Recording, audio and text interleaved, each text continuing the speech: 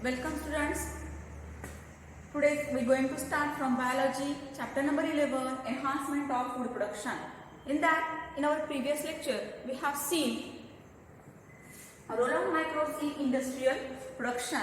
In that, due to fermentation or during fermentation there are various substances released or byproducts released.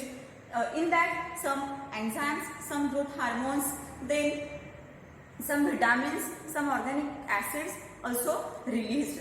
During this production, there are microbes play important role. Okay, so then we are also seeing production of alcoholic beverages. Alcoholic beverages also produced by activity of microorganism during fermentation.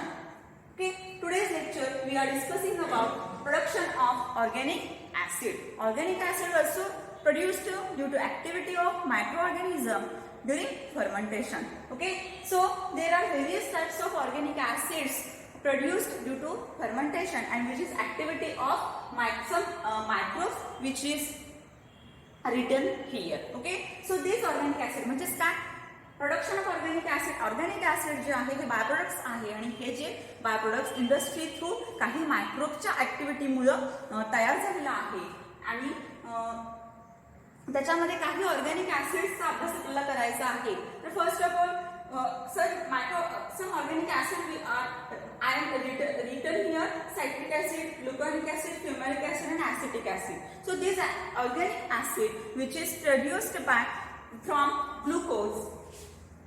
This organic acid which is produced by glucose as end product of pyruvate or ethanol, which is organic acid. म्हणजेच काय की organic acid हे glucose पासून सुद्धा तयार होऊ शकतो आणि पायरुवेट हे जे आहे हा याचा एंड प्रोडक्ट आहे. याचाच अर्थ असा की organic acids for the production of organic acids there are various types of microorganisms play important role in this production of organic acids. In that त्याच्यामध्ये काही फंजा असू शकतात, maybe some bacteria also, some bacteria, fungi also, म्हणजे फंजा पण असू शकतात किंवा bacteria सुद्धा असू शकतात. Okay, so one by one discussing here some organic acids. For production of this organic acid, some microorganisms play important role for production of this organic acid, and this organic acid which is useful in some industries written here. Okay, so one by one we will study here. First organic acid is citric acid. You are very well about citric acid. It means काही foods मध्ये citric acid आपल्याला directly बघायला मिळतं. तर हे जे citric acid आहे ते citric acid produce due to activity of Aspergillus niger. Aspergillus niger हे फंगल आहे एक प्रकारचं आणि याच्यापासून सायट्रिक ऍसिड हे तयार केलं जातं आणि याचा उपयोग जो आहे हा कन्फेक्शन म्हणजे स्वीट इंडस्ट्री, फूड इंडस्ट्रीमध्ये याचा उपयोग आहे. आता in confection it means that there is a preparation of sweet chocolates आणि स्वीट तयार करण्यासाठी कन्फेक्शनरी किंवा सायट्रिक ऍसिडचा वापर केला जातो. कुठली फंगल ऍक्टिव्हिटी करते Aspergillus niger. Okay, first organic acid. Then second one gluconic acid. Gluconic acid also same microorganism play important role for production of gluconic acid aspergillus niger. जिथं जसं सायट्रिक ऍसिड मध्ये Aspergillus नायझर play important करत होतं त्याच पद्धतीने Aspergillus नायझर ग्लुकोनिक acid तयार करण्यासाठी सुद्धा काय आहे युजफुल आहे. And this gluconic acid which is used in medicine, also it is used in food. आता मेडिसिन म्हणजे काय, कॅल्शियम सोल्युबिलिटी साठी मेडिसिन मध्ये यूज होतो कुणाचा, ग्लुकोनिक ऍसिडचा. देन काही बिवरेजेस आहेत, अल्कोहोलिक बिवरेजेस, वाईन, विस्की, रम यासारखे बिवरेजेस आहेत, याच्यामध्ये सुद्धा ग्लुकोनिक ऍसिडचा काय होतो यूज केला जातो. Okay, gluconic acid Aspergillus niger which is used in medicine industry for calcium solubility or alcoholic beverages. Okay, then third organic acid, fumaric acid. The fumaric acid which is produced by due to activity of Rhizopus argyris. Rhizopus argyris नावाच्या फंगसनी फ्युमॅरिक acid काय केलं जातं, तयार केलं जातं. Okay, याचा जो use आहे तो कुठे आहे, रेझिन साइज वेटिंग एजंट म्हणून याचा रोल यूज आहे. आणि फूड मध्ये म्हणजेच बेकिंग पावडर आपण काही आपल्या प्रोडक्ट्स घरामध्ये तयार करतो फर्मेंटेशननी, मग त्याच्यामध्ये आपण बेकिंग पावडर वापरतो. तर त्याच्यामध्ये आपण फॉर एक्झाम्पल घेऊ शकतो, इथे अन्नपदार्थ कुठला कुठला इडली आहे, डोसा, ढोकळा या प्रकारच्या पदार्थामध्ये किंवा केक सारख्या पदार्थामध्ये आपण बेकिंग पावडरचा यूज करतो. म्हणजेच काय की फ्युमॅरिक ऍसिडचा यूज हा फूड इंडस्ट्रीमध्ये सुद्धा होतो किंवा resins as a sticking agent म्हणून सुद्धा होतो. त्यानंतर नेक्स्ट फोर्थ जो ऍसिड आहे ऑर्गॅनिक ऍसिड ते म्हणजे आहे acetic acid. Acetic acid is also called as what vinegar. याला व्हिनेगर असं म्हटलं जातं. तर आपण डेली लाईफमध्ये व्हिनेगरचा हा यूज करतो. तर this acetic acid which is produced by Acetobacter aceti. Acetobacter aceti नावाच्या बॅक्टेरियामुळे ऍसेटिक ऍसिड म्हणजेच व्हिनेगर काय केलं जातं, तयार केलं जातं. तर ऍसिटिक ऍसिड म्हणजेच व्हिनेगरचा कुठल्या इंडस्ट्रीमध्ये यूज आहे तर याच्यामध्ये आपण बघायला गेलो तर फूड इंडस्ट्रीमध्ये त्याचा जास्तीत जास्त वापर केला जातो.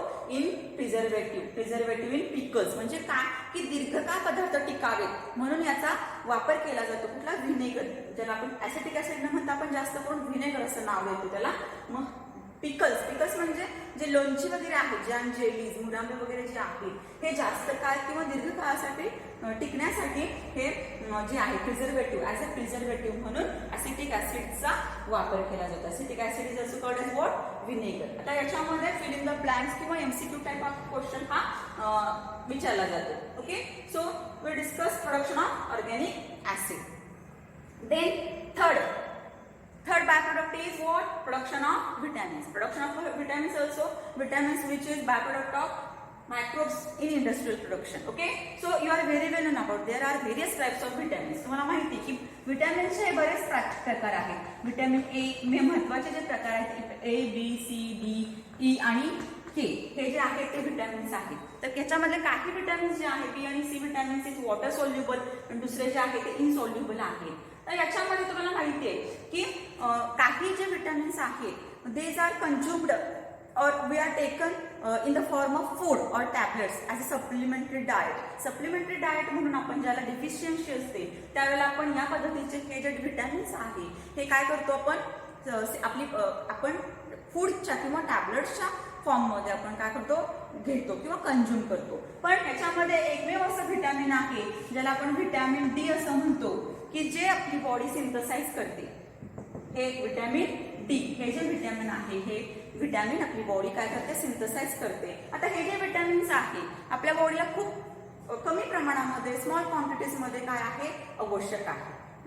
तर अशा पद्धतीनं ह्या व्हिटॅमिन्स प्रोडक्शन मध्ये सुद्धा मायक्रो ऑर्गॅनिझम्स काय करतात रोल प्ले करतात. So here given some vitamins name given here and some microbes और some microbes which is used for this production of some vitamins here. आता इथं सुद्धा मायक्रोब्स विटॅमिन्स प्रोड्यूस करण्यासाठी various micro organisms use. For example in that bacteria, viruses, fungal.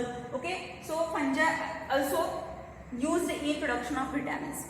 म्हणजे विटॅमिन्सच्या प्रोडक्शनसाठी त्याचं bacteria सुद्धा मदत करतात, व्हायरसेस आहेत, फंगस आहेत, नॉट व्हायरसेस हिअर फंगस.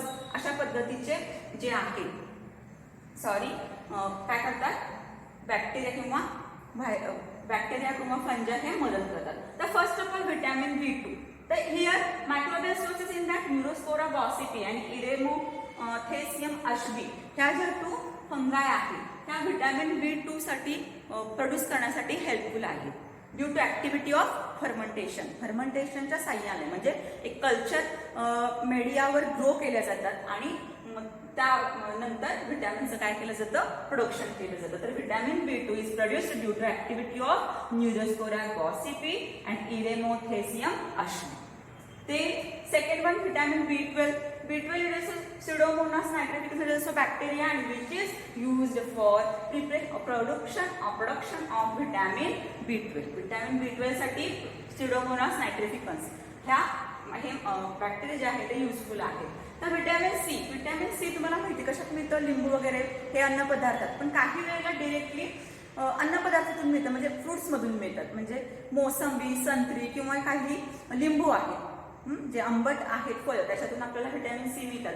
परंतु इंडस्ट्रीजमध्ये अस्परजिलस नायझर हे जे फंगस आहे या फंगस पासून व्हिटॅमिन सीचं काय होतं प्रोडक्शन होत असतं. Okay, vitamin C Aspergillus niger. तर हे जे विटॅमिन्स आहे आपल्या बॉडीसाठी खूप मायन्यूट प्रपोर्शन किंवा स्मॉल क्वांटिटीजमध्ये आवश्यक असतात and these vitamins are produce due to activity of some microorganisms such as some virus, some fungi, some bacteria. Okay, so today's lecture we are discussing second by-production of organic acids. In that, some organic acids, citric acid, aspergillus niger, gluconic acid, aspergillus niger, fumaric acid, rhizopus, then acetic acid, Acetobacter acetic, and these microbes which is used in some industries, which is given here. And next or third point, production of vitamins here given here, name of vitamin B12, 2 Neurospora gossypium, Endometricium असे हे 2 microbes useful आहेत production of vitamin B2 साठी. And then vitamin B12 is also used for it is also produced by due to activity of Pseudomonas nitrificans. And the third one, vitamin C, aspergillus. Okay, तर या point वर आपल्याला fill in the blanks किंवा match the following या स्वरूपात आपल्याला प्रश्न विचारला जाऊ शकतो. Okay, we stop here. पुढचे जे बाय प्रोडक्ट्स आहेत ते आपण नेक्स्ट लेक्चरला अभ्यासूया. थँक्यू.